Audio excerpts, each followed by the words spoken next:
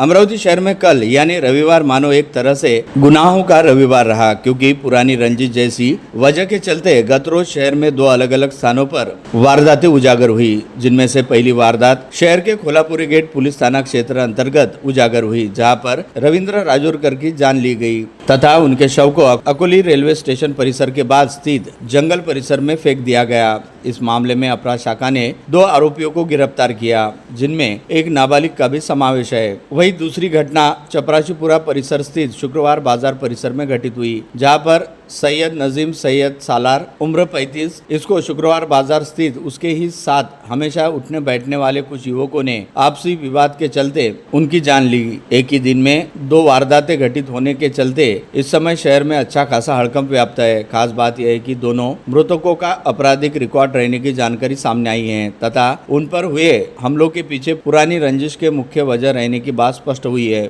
गत रोज खोलापुर gate police थाना क्षेत्र अंतर्गत पार्वती नगर रेलवे क्रॉसिंग परिसर में एक युवक का शव पड़ा रहने की जानकारी अपराध शाखा को मिली थी, जिसके बाद शुरू की गई जांच पड़ताल में मृतक की शिनाख्त रवि ईश्वर राजूरकर के तौर पर हुई। मृतक की शिनाख्त होते ही मुखबिरों के जरिए मिली जानकारी के आधार पर अपराध शाखा के दल ने आकाश जगन्नाथ खोरगड़े स्वाभिमान नगर अकोली रोड निवासी सहित एक उसके नाबालिग साथीदार को हिरासत में लिया, जिसके बाद यह स्पष्ट हुआ कि रविंद्र की पुरानी रंजिश के चलते जान ली गई। जानकारी के मुताबिक इस घटना की जड़ें विगत 29 अप्रैल को घटित एक झगड़े के साथ जुड़ी हुई है, जब मनोज मन्या शिलारकर व प्रवीण शिलारकर ने प्रशांत बावनेर नामक युवक के साथ बेदम मारपीट की और इस समय रविंद्र राजूरकर ने ही प्रशांत के हाथ पकड़ कर रखे थे, जिसके चलते प्रशांत अपने ऊपर हुए हमले का प्रतिकार नहीं कर सका। इस घटना के चलते प्रशांत के सगे भांजे आकाश खोरगड़े के मन में रविंद्र राजूरकर को लेकर काफी गुस्सा था। वही इसके बाद रविंद्र राजूरकर ने विगत शनिवार को ही आकाश के एक दोस्त के